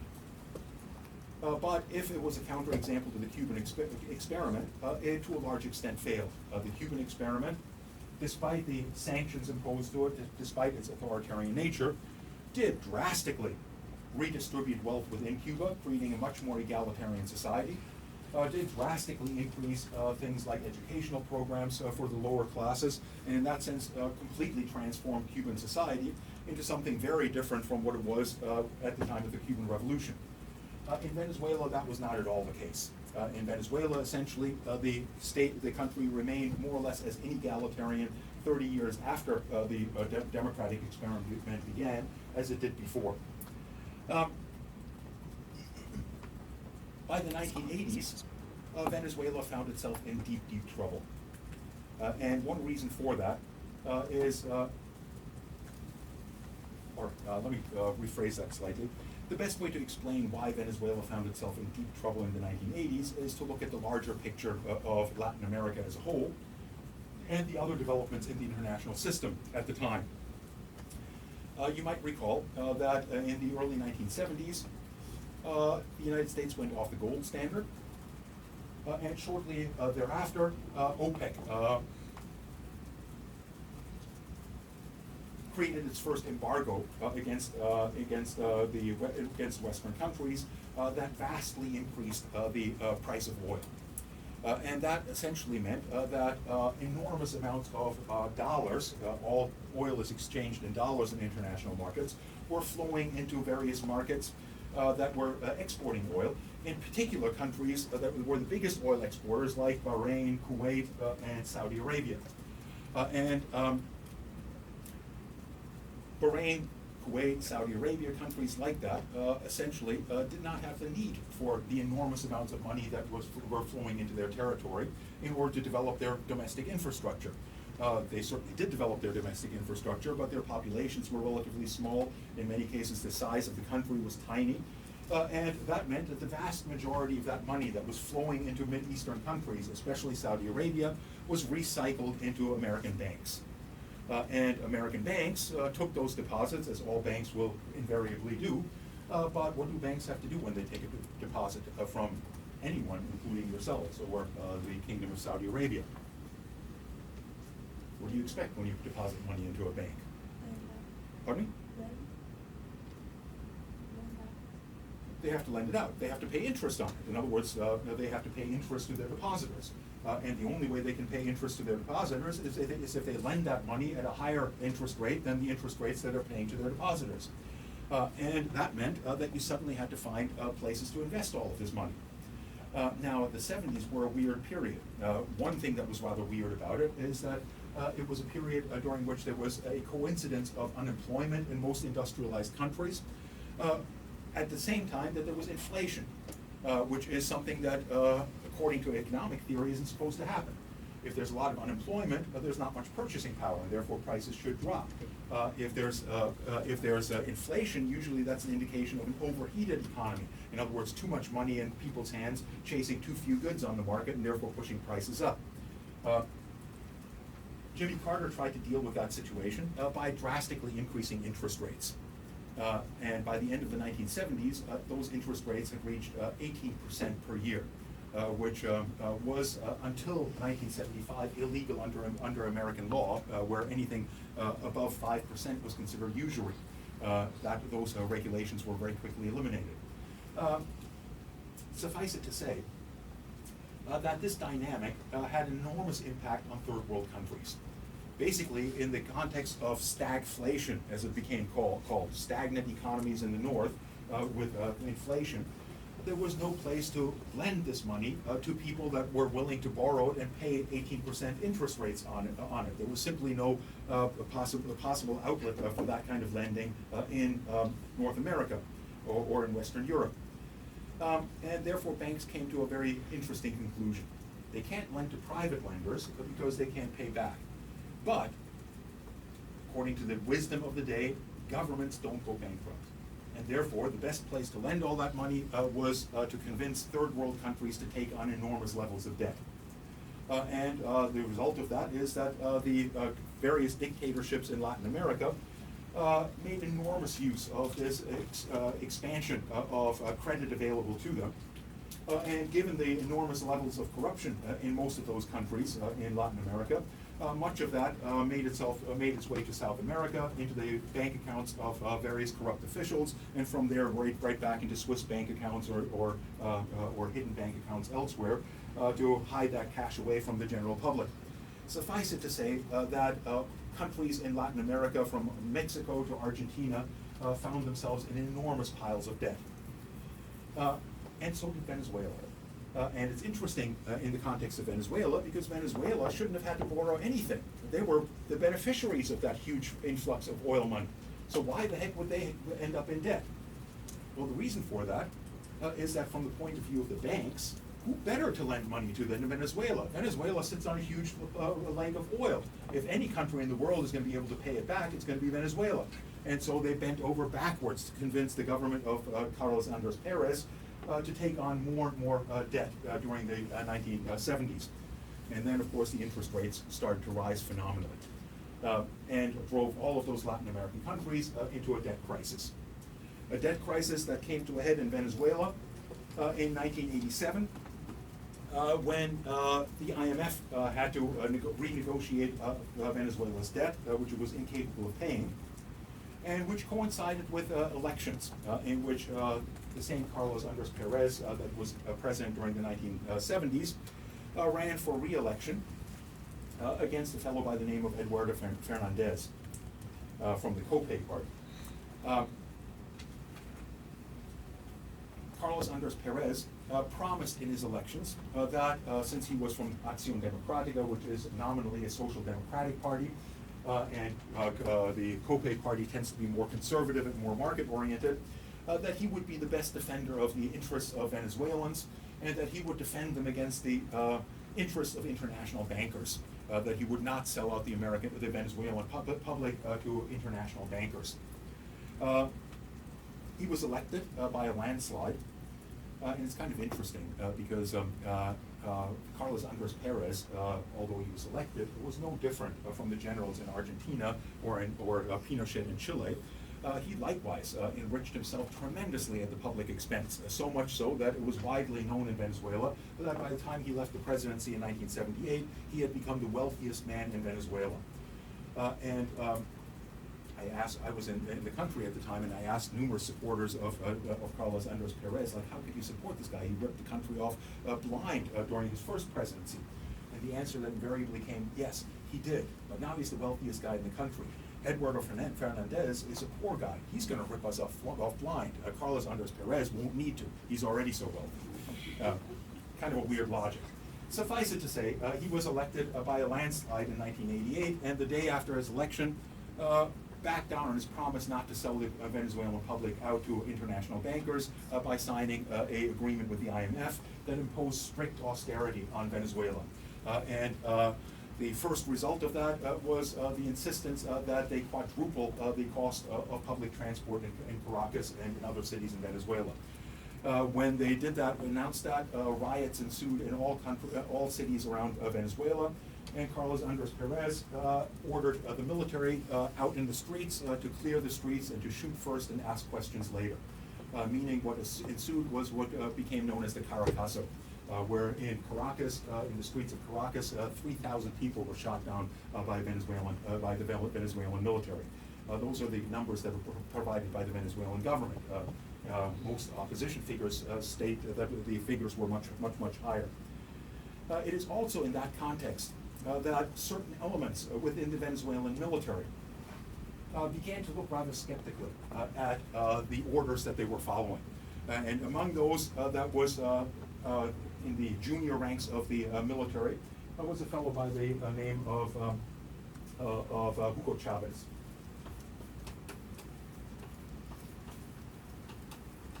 Who was a colonel within the military at the time. And one of the things that's interesting about the Venezuelan military in this regard, and is somewhat true not only of Venezuela, but also of other militaries within Latin America, is that the upper echelons of the militaries in Latin America are almost exclusively made up of people that come from the elite families in those countries. And almost all of them are of European descent. If you see pictures of the generals in Chile, of the generals in Argentina, the generals in Brazil, the generals in, in Colombia, you'll see virtually nothing but white faces. But at the same time, the military, especially in Venezuela, was one of the only routes toward upward mobility for people that were not from those elite backgrounds.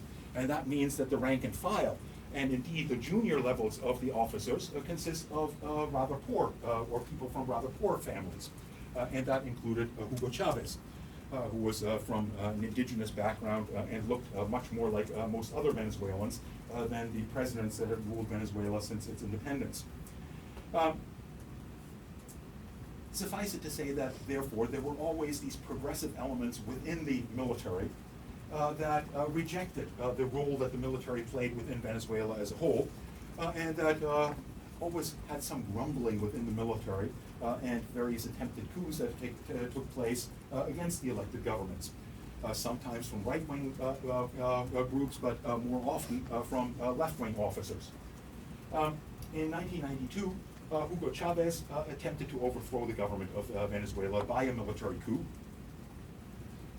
justified by the sellout of the interests of Venezuela by the then sitting president Carlos Andres Perez.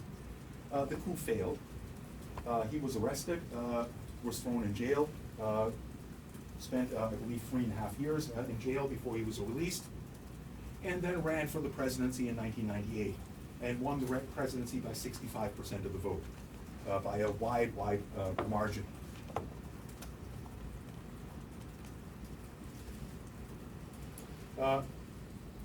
He used his enormous electoral victory, first and foremost, to transform the Venezuelan democratic system, in particular, to eliminate the ability of carrying on this ongoing pact of Punto Fijo that had limited the scope for policy making and eliminated the possibility of more redistributive types of policies. He did so largely by expanding the participatory aspects of the Venezuelan constitution, by creating citizens' assemblies and devolving power to a far greater extent to local municipal councils to deal with local issues. He also vastly expanded the social services, the spending on social services in Venezuela. For the first time, expanding primary and secondary education into all regions of Venezuela. Providing health services to the various barrios that previously had been underserviced, and beginning to build infrastructure to provide water, electricity, and so on to these underserviced regions of the cities of Venezuela. On the basis of that, he, within 10 years, well, slightly more than 10 years, the figures basically are that in the period from 1999, when he took office, to 2013, when he died in office, Venezuela started out in 1999 as the most inegalitarian country in Latin America, and by 2013 was the most egalitarian country in the southern cone of Latin America. The only exception in Latin America as a whole being Cuba. And he did so on the basis of enormous electoral successes. From the outset, the traditional parties rejected him, the legitimacy of his elections, and did their best, in essence, to undermine his government, but were incapable of winning any kinds of elections. That electoral invulnerability also allowed Hugo Chavez to become more active in regard to his foreign policies.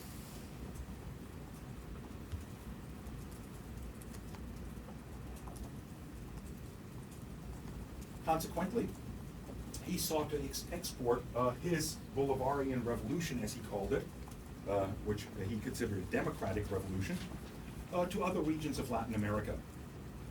And did so first and foremost by providing enormous levels of aid to countries in Central America and the Caribbean through what became known as the Petrocaribe program.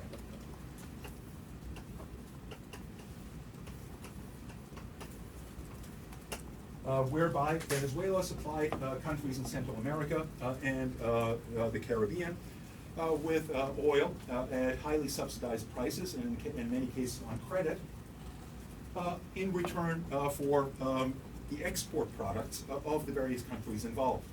In other words, it could be paid back in kind rather than in hard currency.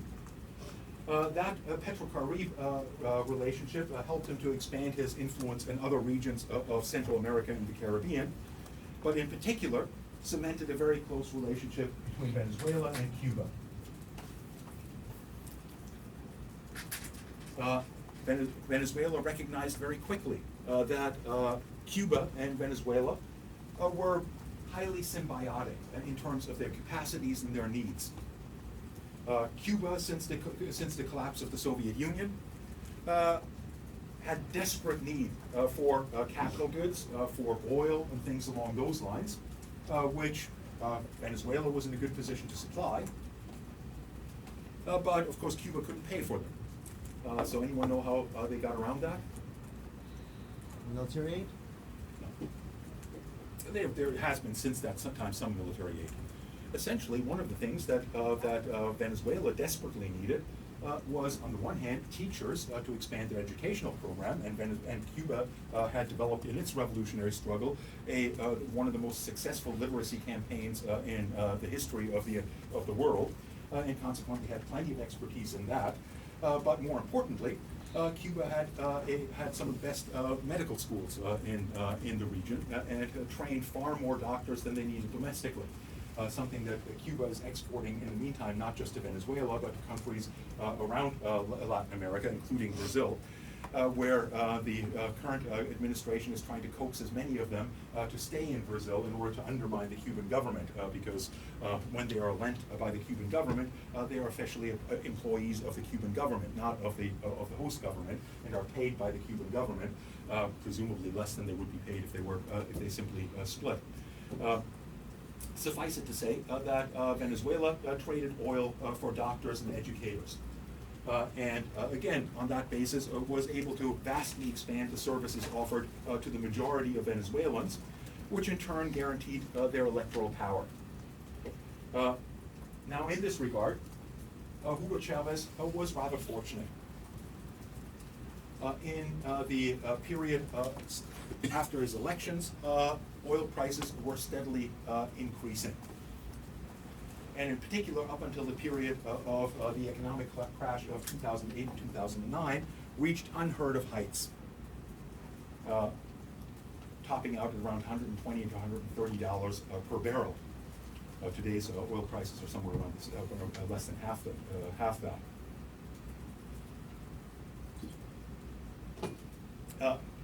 It's on that basis that Chavez also became enormously influential in other regions of Latin America and inspired what has become known since then as the pink tide.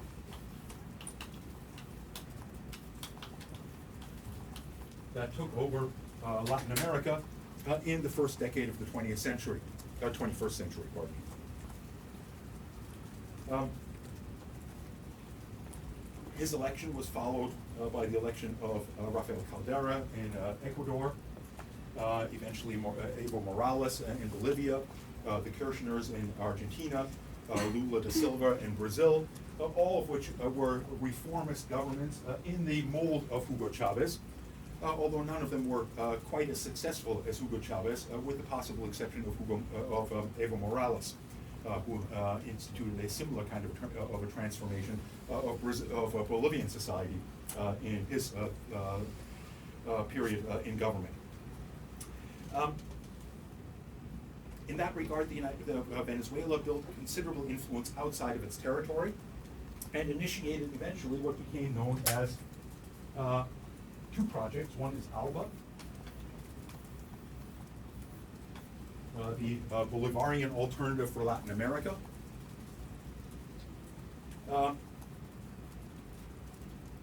And the second was UNASUR.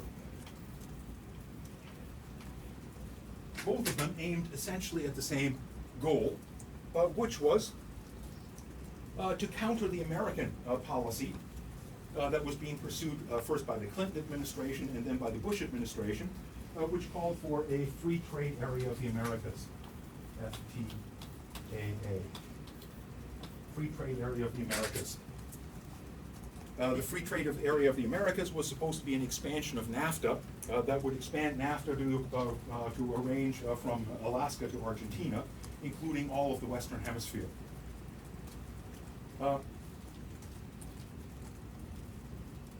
This was seen by Hugo Chavez and his supporters as contrary to the interests of Latin America.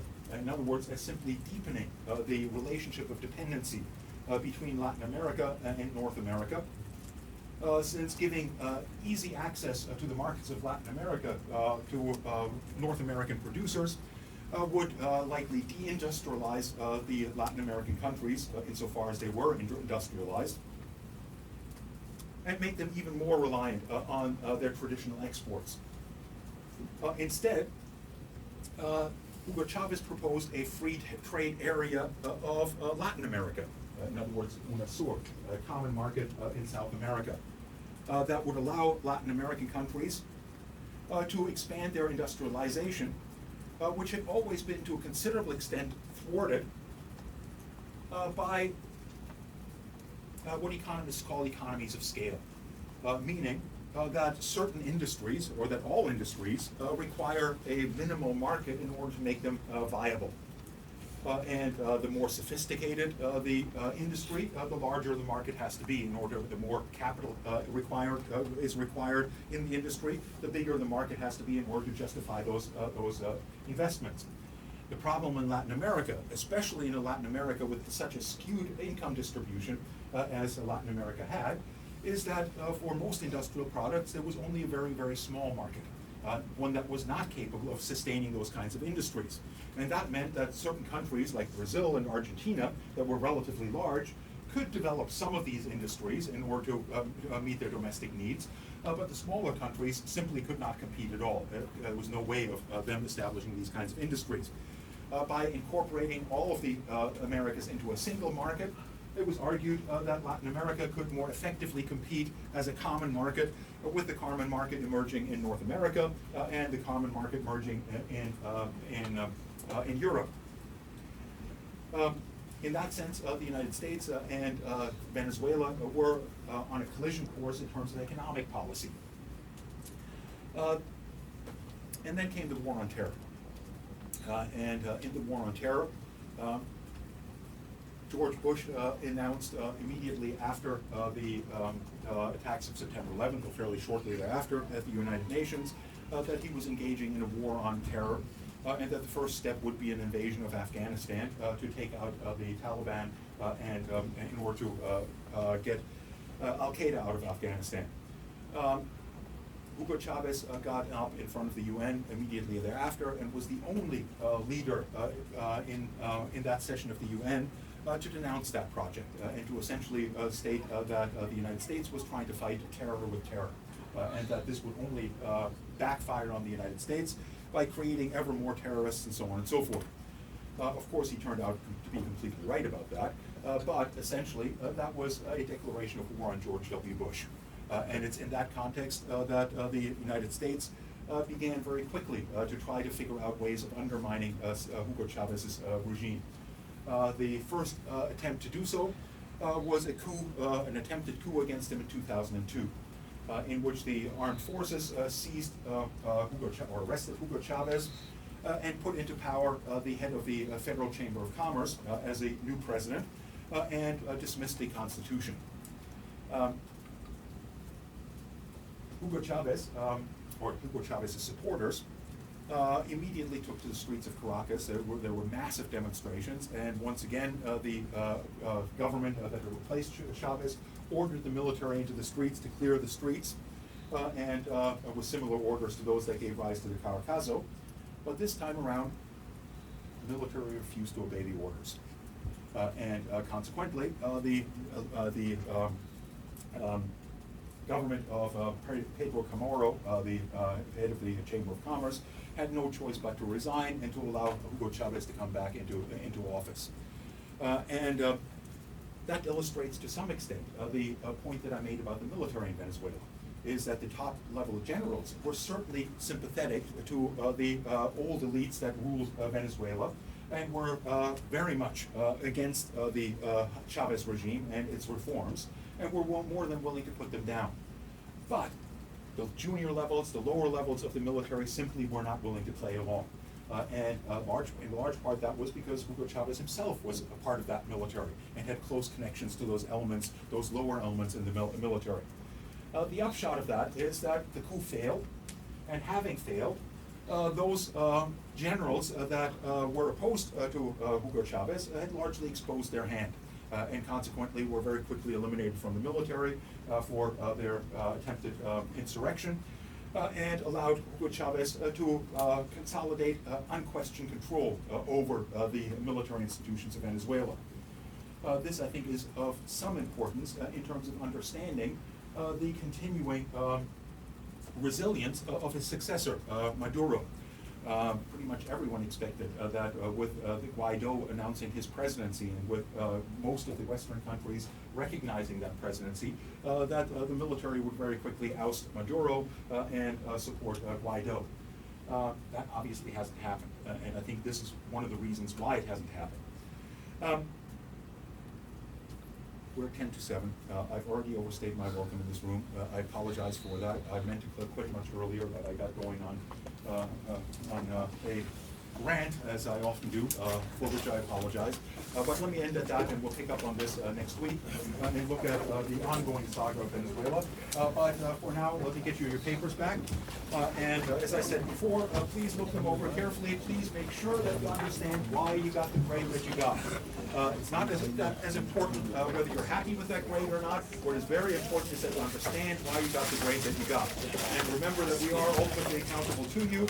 So if you do not understand why you got the grade that you got, make sure that you talk to Scott and get him to explain it.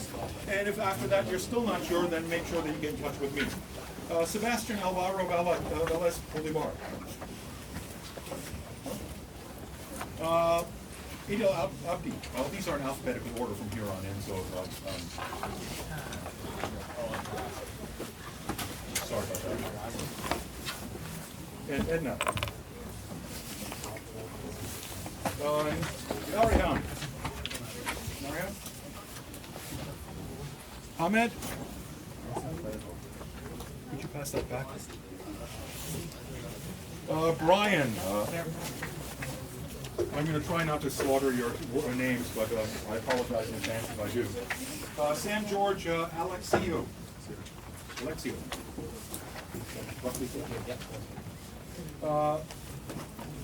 Yuritsa Ali. Yuritsa? No? Amar Muhammad Amir. Nicholas. Natalie. Natalie here?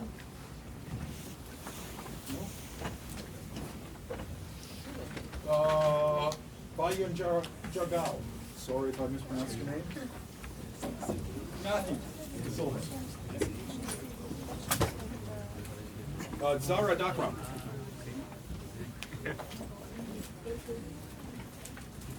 Davinder Dylan.